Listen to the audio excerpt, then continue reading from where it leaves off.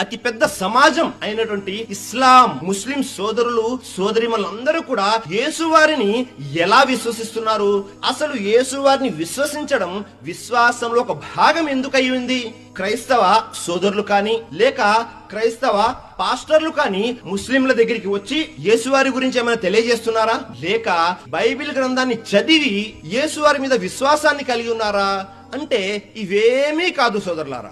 సర్వలోకాలకు సృష్టికర్త అల్లాహ్ సుబ్హానహు వ తఆలా తన అంతిమ దైవ గ్రంథమైనటువంటి దివ్య ఖురాన్ గ్రంథంలో యేసు క్రీస్తును గురించి, ఈసా అలైహిస్సలాం గురించి ప్రజలు సంశయంలో పడి ఉన్నటువంటి అన్ని విషయాలను సవివరంగా తెలియజేయడం జరిగింది. కాబట్టే ముస్లిం సోదరులందరూ కూడా యేసు వారిని ప్రవక్తగా నమ్మడం తప్పనిసరి. ఒకవేళ ఎవరైనా యేసు వారిని విశ్వసించలేదు అంటే అతను ముస్లిం కాజాలడు. అల్లాహు అక్బర్.